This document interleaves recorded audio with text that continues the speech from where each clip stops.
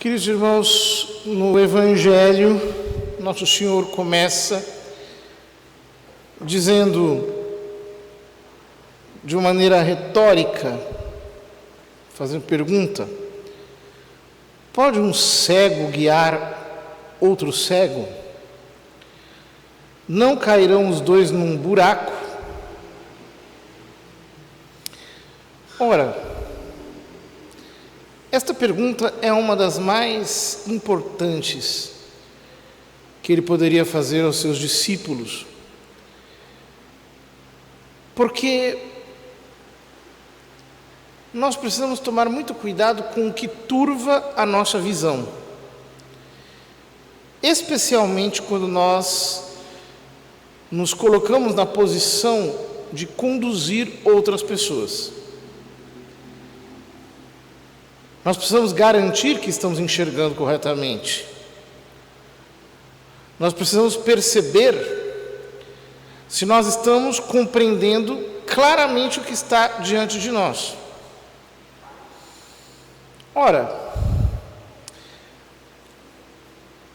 se já não é tão fácil assim conhecer uma coisa material, então se nós pensarmos, por exemplo, quando nós estamos sentindo uma dor, como é difícil entender o que está por trás daquilo. Quantas vezes nós nos enganamos? Isso se trata de algo que está no nosso próprio corpo. Nós não percebemos direito, nós fazemos exames, e os exames revelam muitas vezes algo que nós não esperamos. Ora, quanto mais difícil é conhecer os aspectos práticos da vida, saber exatamente o que nós estamos realizando, o que os outros estão fazendo, agir da maneira correta para provocar também respostas adequadas. Como é complexo se comportar em relação às outras pessoas e como é difícil, sobretudo, analisar eventos de natureza social, quando, na verdade, é a coletividade que se move numa direção ou em outra direção, por sentimentos comuns, por percepções comuns. Como é complicado discernir a direcionalidade disso tudo para nos comportarmos do modo correto. Enxergar bem demanda, para as coisas mais complexas da vida, muito estudo, muita capacidade de análise, muito poder de penetração intelectual. Por isso Jesus diz que um discípulo não é maior do que o mestre. Todo discípulo bem formado será como o mestre. Ou seja, nós precisamos aprender. Todavia, quanto mais o homem ignora, tanto mais ele não percebe o quanto é ignorante.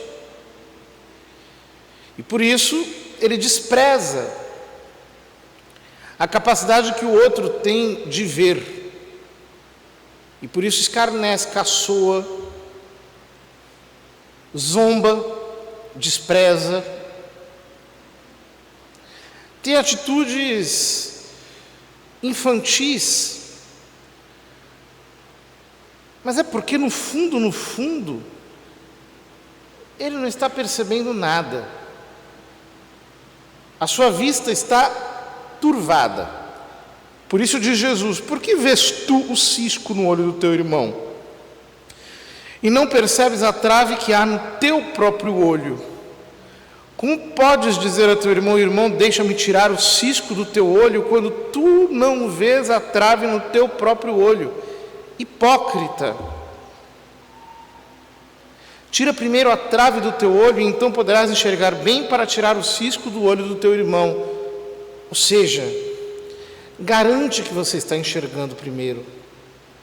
aprende a enxergar as coisas, percebe que você está olhando desde uma perspectiva enganosa,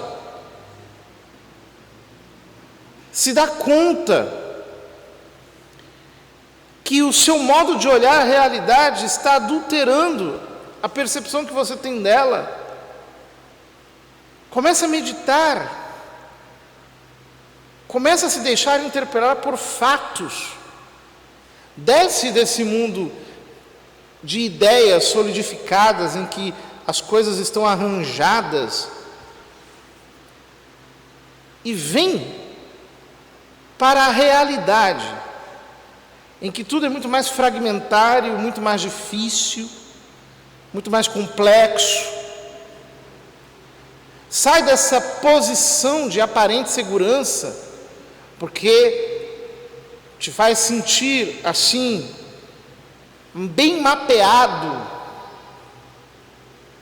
num canto ideológico, e começa a olhar para o mundo despreconceituosamente.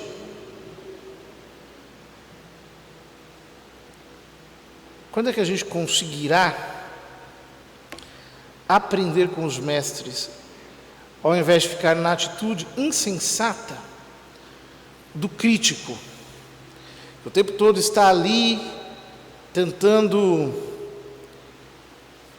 apontar um limite, quando ele mesmo está cego, com uma visão atrapalhada, totalmente enviesada, corrompida da realidade. É difícil lidar com pessoas mentalmente cegas. É muito difícil. É difícil porque elas estão o tempo todo muito convictas daquilo que elas percebem, que acham que corresponde à realidade. Mas nós precisamos nos questionar, sair dessa posição entrincheirada e, sobretudo, hostil, que nos faz, de algum modo, pensarmos que somos superiores, quando, na verdade, nós estamos muito mais prejudicados na nossa incapacidade de ver. Que Nosso Senhor nos ajude, queridos irmãos, e se nós efetivamente buscarmos a sabedoria, estivermos aos pés de Cristo, buscando entender o mundo, a nós mesmos, Deus, se nós tentarmos conhecer a verdade, iluminados pela graça divina, por mais que seja difícil, a verdade vai nos libertar. Não é aquela verdade cômoda que nós achamos que é correspondente aos nossos interesses. A verdade real, a verdade verdadeira, essa que verdadeiramente arruma todas as coisas e coloca-as em ordem. Pensamos ao Nosso Senhor que nós estejamos à altura dessa missão, que é a mais difícil de todas. Porque muitas vezes é mais cômodo ficar isolado na mentira. Mas o desafio da verdade é o que deve nos mover a deixar tudo para buscar entender a realidade que está à nossa volta e nos colocarmos à escuta de Deus para podermos fazer nela a sua vontade.